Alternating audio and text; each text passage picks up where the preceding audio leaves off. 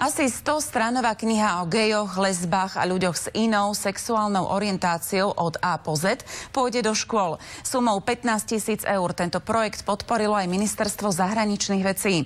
Cieľom je vraj znížiť pretrvávajúce negatívne stereotypy a má poslúžiť aj učiteľom, aby vedeli, čo majú žiakom hovoriť. Veľký ohlas zaznamenala naša reportáž o dobratí ťažko chorého chlapca sociálkou vo Veľkej Británii.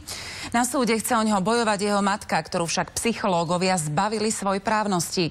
Mama 12-ročného Eliota sa cez víkend vrátila na Slovensko a my sme jej kroky sledovali. Inšpektori z veterinárnej a potravinovej správy v Bratislave boli spolu s naším štábom kontrolovať predaj ovocia a zeleniny.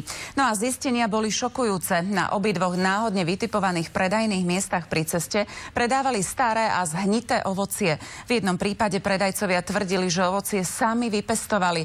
Nevedeli však povedať, kde sa tá záhrada presne nachádza. Takýmto predajcom hrozia pokuty od 300 až do 10 000 eur. Prezident za ubytovanie platiť, no z protokolárnych dôvodov sa to vraj nedalo.